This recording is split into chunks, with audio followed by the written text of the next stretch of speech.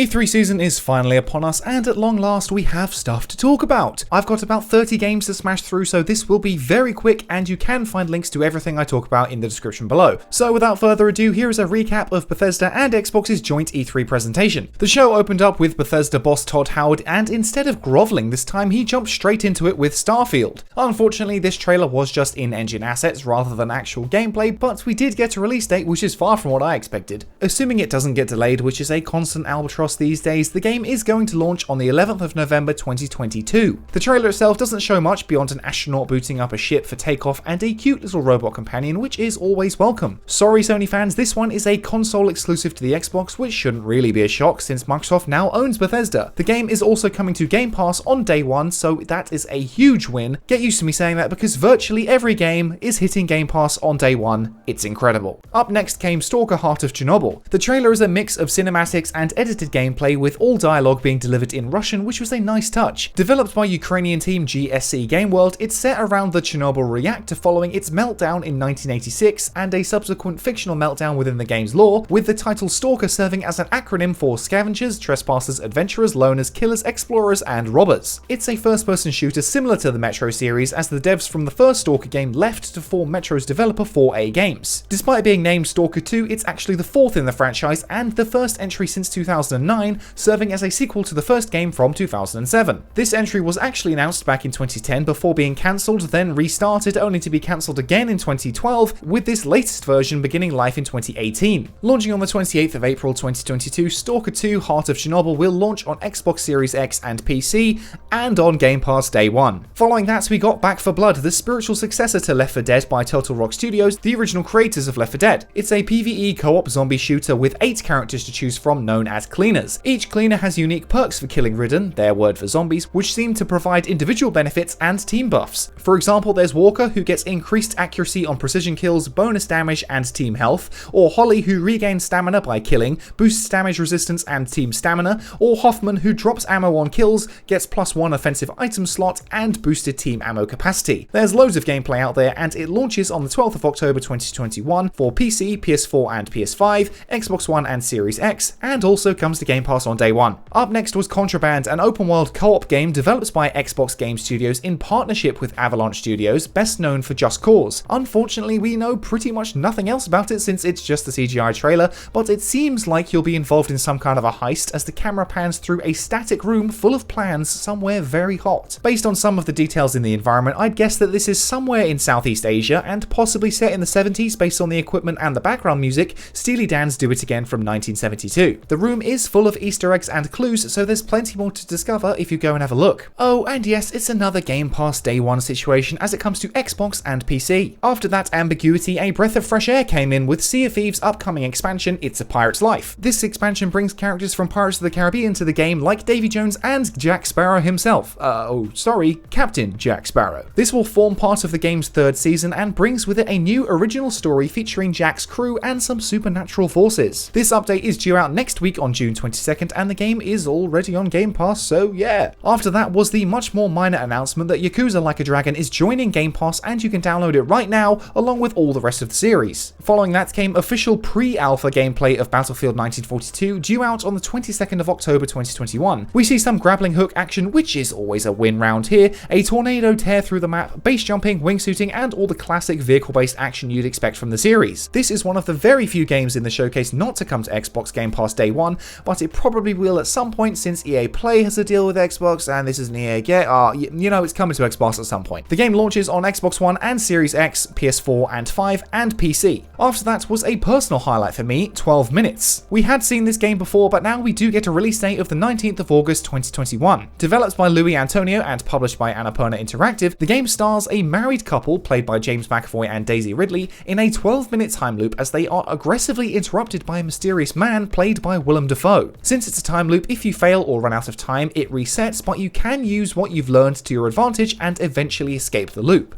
I've had my eye on this one for a while, and it might be a day one for me. Speaking of day one, it will be on Game Pass day one, as well as launching on Xbox One, Xbox Series X, and PC. Up next was Psychonauts by Double Fine. After a series of delays, the game now has a release date of the 25th of August 2021. It launches on Xbox One, Xbox Series X, xCloud, PS4, and PS5, and PC, as well as launching on day one on Game Pass. Psychonauts was followed by a brief interlude from head of PR at Bethesda Pete Hines, who announced 10 more Bethesda titles are joining Game Pass, totaling 30. Arx Fatalis, Dishonored Death of the Outsider, Doom 2016, The Evil Within 2, Rage 2, Wolfenstein 2, Fallout, Fallout 2, Fallout Tactics, and Fallout 3. He also added that Doom Eternal is getting upgrades for Xbox Series X, including 60 FPS and up to 120 FPS in performance mode, in addition to 4K visuals. Hines then led us to the upcoming content for Fallout 76 in the form of Steel Rain. Following in the footsteps of last year's Wastelanders expansion, this add-on tells the story of a civil war within the Brotherhood of Steel factions and tries to bring the focus back to narrative choice. The game is also getting new expedition content known as The Pit. This expansion comes in 2022 and will take players out of Appalachia for the first time and into the ruins of Pittsburgh. Both of these expansions will come to all platforms the game is currently on, and would you believe it, it's already on Game Pass. Keeping the Bethesda MMO ball rolling, Elder Scrolls Online is getting an Xbox Series X and PS5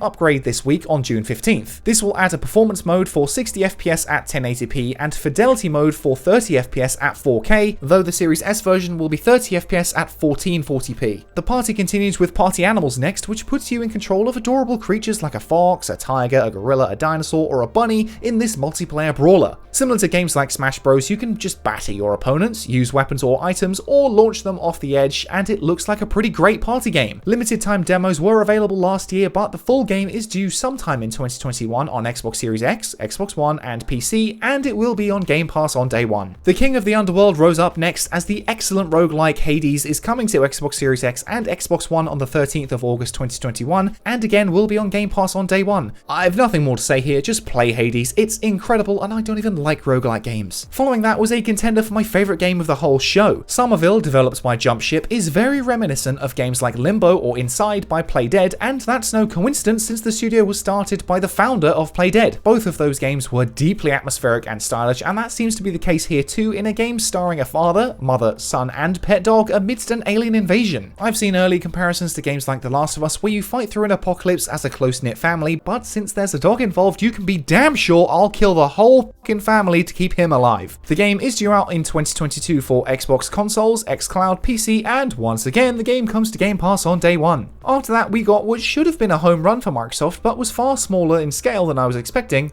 Halo Infinite. Following numerous developmental issues and significant delays, we got a brief look at the game's story, which sees Master Chief team up with a new, remarkably more clothed version of the AI Cortana known as The Weapon, after the original went crazy and homicidal. But Halo isn't just story, it's one of the few remaining franchises that still takes both single player and multiplayer pretty seriously. Halo's multiplayer was confirmed to be free to play and can get up to 120 FPS. I'm not a big multiplayer guy, but honestly this trailer got me more excited than the story trailer did, as we saw more grappling hook action, new armor styles, new vehicles, new weapons. It basically just ticked all my boxes. I'm a simple man. Both the single player campaign and multiplayer will launch this holiday season, so basically November-December time, on current and last gen Xbox consoles, PC, and will hit Game Pass on day one. After the return of Halo, we have the return of another old franchise with Diablo 2 Resurrected, a remaster of the original from the year 2000, including the Lords of Destruction expansion. It launches on the 23rd of September 2021 for Xbox One,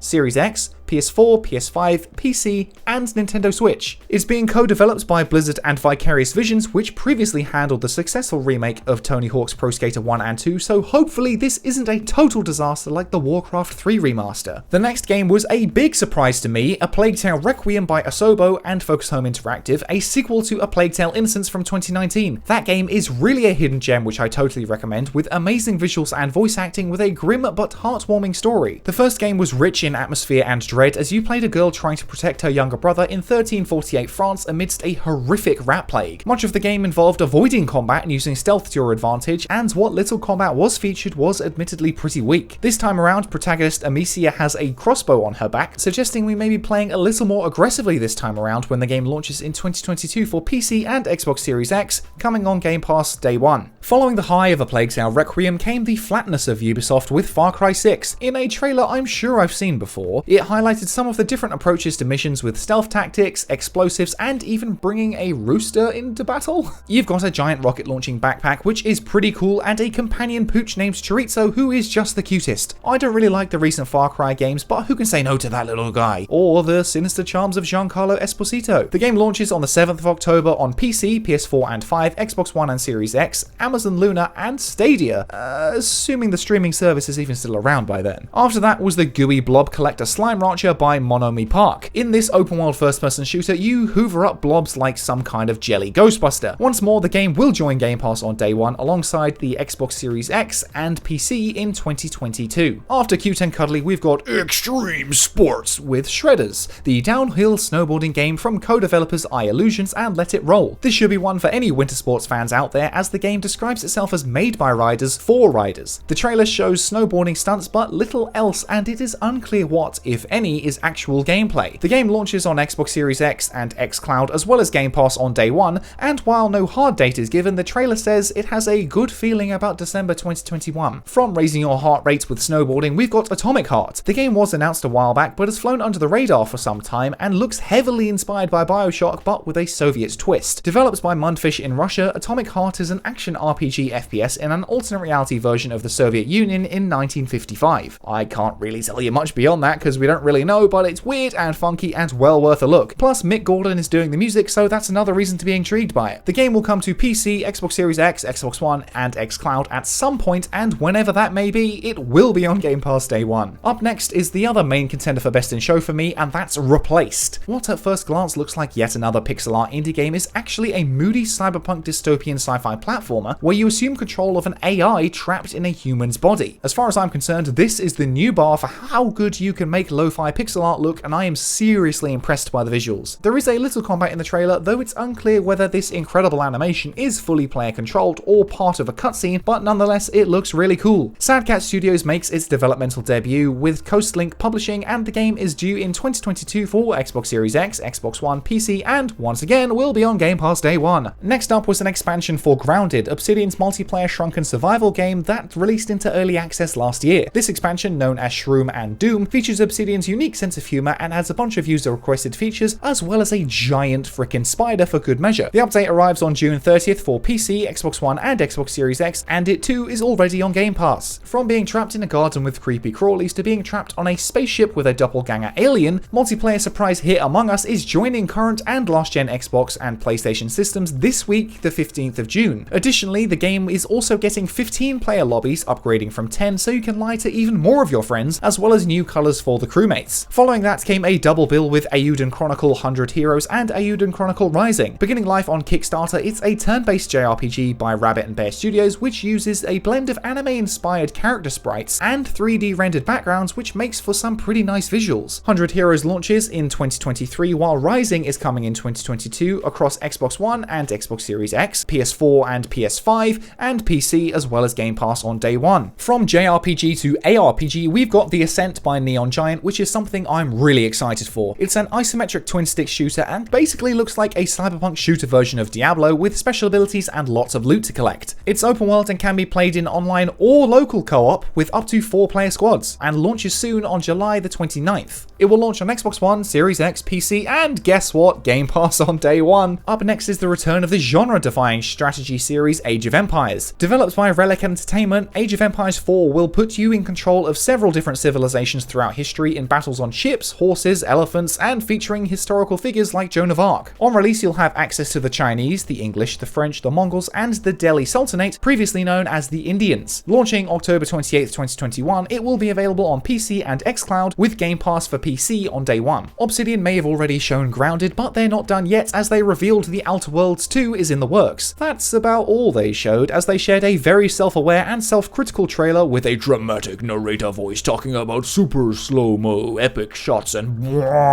sound effects. This tongue-in-cheek dig at modern trailers is great fun and shows off more of Obsidian's trailers, but at the same time, it's still just a CG trailer, so at least it was genuinely funny. Okay, we're almost at the end now, with Microsoft Flight Simulator, which is getting an Xbox Series X upgrade on the 27th of July 2021. Planes really aren't my thing, especially if they can't shoot stuff, but this is one damn gorgeous game. But speaking of planes that shoot things, there is also an add-on crossover with Top Gun, which adds the fighter Jet from the upcoming Top Gun Maverick movie and is due to join the game November 19th for free. Once again, this game will be joining Game Pass on day one when it launches for the new systems this July. Our penultimate game for Xbox and Bethesda's 2021 showcase is Forza Horizon 4, set in Mexico this time around. Much like with planes, I'm really not a car guy, but holy shit, this game looks pretty. On top of the main trailer, the creative director also stopped by to chat about some of the game's features with a quick fire of different locations, vehicles, and modes, all of which are looking outstanding. He described how the devs used photogrammetry to recreate the real-world environments of the game's Mexican setting, and it will fully support ray tracing. Launching on the 9th of November 2021, the game will be available on Xbox Series X, Xbox One, PC, and of course, Xbox Game Pass day one. After a short wrap-up by Xbox boss Phil Spencer, we got one final game trailer with Redfall by Arcane, the makers of Dishonored and Prey, but no mention of Deathloop, eh Phil? Sony locking that one up tight. Unfortunately, it's nothing more than 4.5 minutes of CGI. Granted, very visually appealing and cool looking CGI, but CGI nonetheless. It's an open world co-op shooter with what appears to be more than a little Left 4 Dead influence, but this time you'll be going up against vampires. Arcane is best known for great character work and flashy abilities, some of which can be seen in the trailer with a girl who has some sort of telekinesis and one guy who can turn invisible and has a pet bird. I love Arcane and this looks really cool, but it's not worth getting excited about until we see some gameplay. Oh, anyway, that's it for this recap. All the trailers are linked below as well as the full stream. I've been Henry Cooper, this has been Pretty Good Gaming. I'll see you next time. Bye for now.